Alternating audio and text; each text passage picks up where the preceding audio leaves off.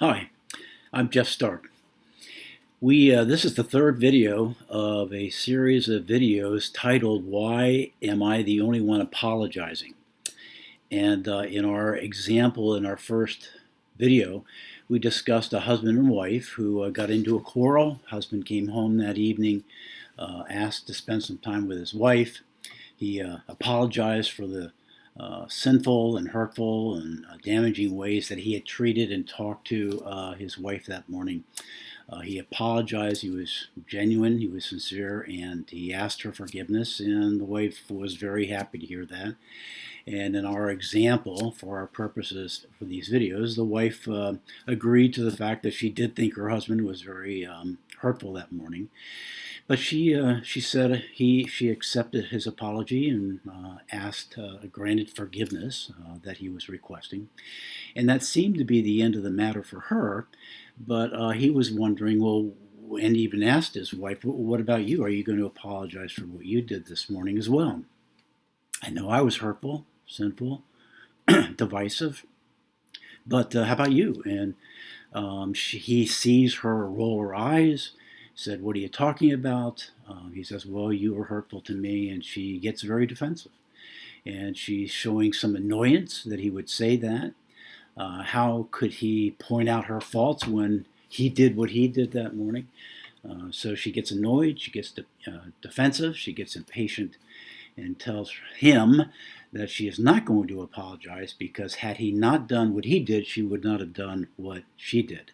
So he's not only at fault for what he did, but she's also by way of saying, you're also at fault for the things that I did because you started it, and had you not done that, I would not have done what I did. So there's a deflection, there's a defensiveness, and that's basically the end of the matter. But they are unreconciled, and they are not at peace with each other because genuinely they've not admitted and taken ownership of the things that they've done and asked forgiveness and granted forgiveness. That's a very hard situation in this case for a husband to be in, not just once or twice or three times, but if that happens to be the prevailing pattern, a long-standing pattern in a marriage where one person can see their sin, own their sin, acknowledge their sin, admit their sin, and ask forgiveness for their sin, but the other person deflects, gets annoyed, gets angry, rolls her eyes, walks away, blame shift, excuses, or rationalizes. If that happens over a long period of time, that's a very, very difficult place to live in. And we've been trying to help look into this situation, see how we might be able to help both the husband as well as the wife. Today I'd like to look in Hebrews chapter 4, which helps us to look at this kind of a difficult situation and gives us some wisdom that can be very helpful if you happen to be a husband who finds themselves the only one apologizing, or maybe even you're the wife and you are the one who are finding yourself to be the only one who apologizes and has a husband who is defensive, argumentative, and deflects and simply gets defensive and blame shifts and or pivots and turns it back to you. In Hebrews chapter 4, if you would turn in your Bible, you can look at the broader context, which we'll talk about in a minute here. But the author of Hebrews is writing to Christians who are going through very, very intense trials, very difficult sufferings and hardships. And he's trying to help them to not give up. But rather to endure and to persevere and cross the finish line in an appropriate way and by faith. So he's writing to people who are in difficulty and in trials like this husband is in our particular case in these series of videos. Listen to Hebrews chapter 4, verse 16.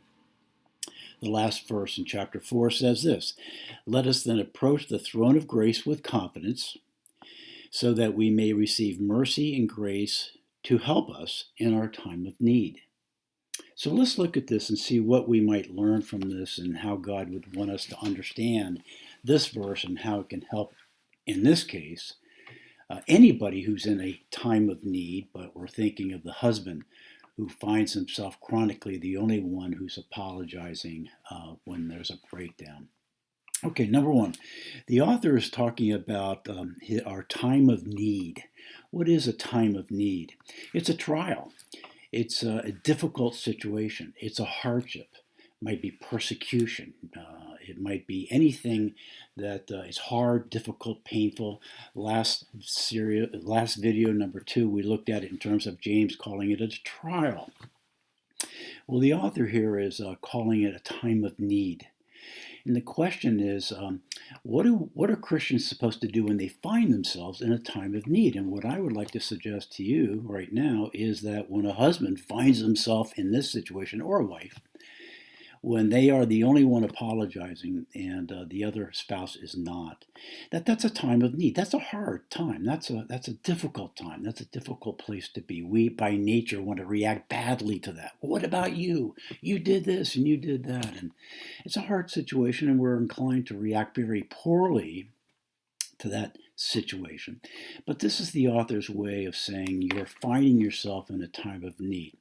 Now, what are we encouraged to do? What is the husband encouraged to do when they find themselves in this situation, which would be defined as a time of need? Well, this passage says that we are to approach the throne of grace with confidence. And what that means is we're not approaching some throne with our feet, of course. He's talking about something that we are to do in our hearts. And that is, we are to approach the throne of grace where God dwells, and we are to approach him, go through the veil, and go into the throne room. And we can do that with confidence because we are clothed in the righteousness of Jesus. And because of him, we can walk right into the Holy of Holies. We can walk right into the presence of God. And that's what we're encouraged to do in this situation.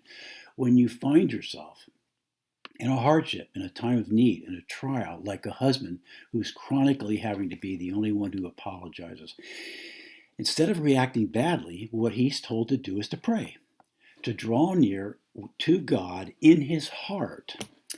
And God says if you draw near to him in prayer, genuinely to the throne of grace where God dwells, what God will give this person is grace and mercy. As we draw near to him, remember, he will draw near to us. And what we need most in that situation is not to get the wife to apologize, but rather what the author is saying here, in our time of a need, when we are needing assistance, when we're needing divine assistance, what we really need most is not, in this case, to get the wife to apologize, but rather we need divine assistance. And when God comes to us, he comes to us and he gives us his help for us. It says here, let us approach the throne of grace so that we may receive mercy and grace to help us. That is to say, the husband should be approaching God in his heart, going to God in prayer, and asking for help for himself. He shouldn't be going to the throne of grace and pointing the finger at the wife and saying, get her to apologize. What's wrong with her? Look at her. She's doing it again. No, he's going to God for the wrong person. He should be going to God for himself, because only God can give him what this man genuinely needs, and that is divine assistance. When God draws near to that person, that husband in this case, he's going to come and he's going to give that heart of that husband mercy and grace. Mercy and grace are divine attributes that we need settled deeply into our hearts when we go through our times of need, so that we don't react badly, we don't react sinfully, we don't react defensively, but rather, having been infused with divine grace, mercy and grace into our hearts, we're able in our times of need to respond with mercy and with grace, and with patience, and with kindness, and with love, and we are able to overlook the sins of our wives, for example, in this case, and love them instead of reacting badly, as we are most inclined to do, and maybe very frequently do, because why? Because we fail to recognize the situation as a time of need. We don't go and get divine assistance. We're on our own. And how we act badly in times of need when we are relying on ourselves tends to be not good, but rather bad and sometimes hurtful and destructive. Okay? The author is telling us that there are going to be times of need, but we need to approach the throne of grace for ourselves so that we would get not human help, Not psychological help, not psychiatric help, but rather divine help, help that only God can give to us in these situations, these times of need. I hope that's helpful. That's a very, very helpful instruction for us when we find ourselves in times of need. Husbands, let's see you try to do that next time it's necessary that you go and apologize for what you've done. And if your wife refuses to do that, you're going to need to approach the throne of grace and pray and keep on praying and keep on praying. And if you do that, God will help you to be patient, kind, loving, and enable you to forgive and overlook your wife's failure to reciprocate by apologizing to you. I hope that helps. Stay tuned for video number 4, and we'll continue to look at this theme of why am I the only one apologizing.